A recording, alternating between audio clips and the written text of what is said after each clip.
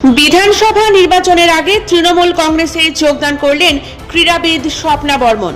শুক্রবার তার হাতে দলীয় পতাকা তুলে দেন রাজ্যের দুই মন্ত্রী ব্রাত্য বসু এবং চন্দ্রিমা ভট্টাচার্য।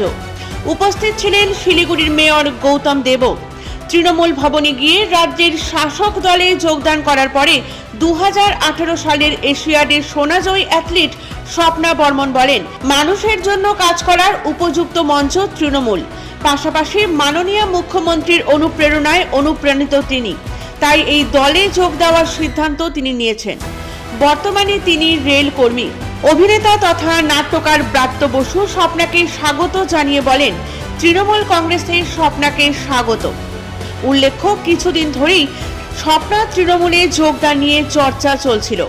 সব জল্পনা, সব চর্চার অবসান ঘটিয়ে তৃণমূল কংগ্রেসে যোগদান করলেন উত্তরবঙ্গের প্রখ্যাত অ্যাথলিট স্বপ্না বর্মন।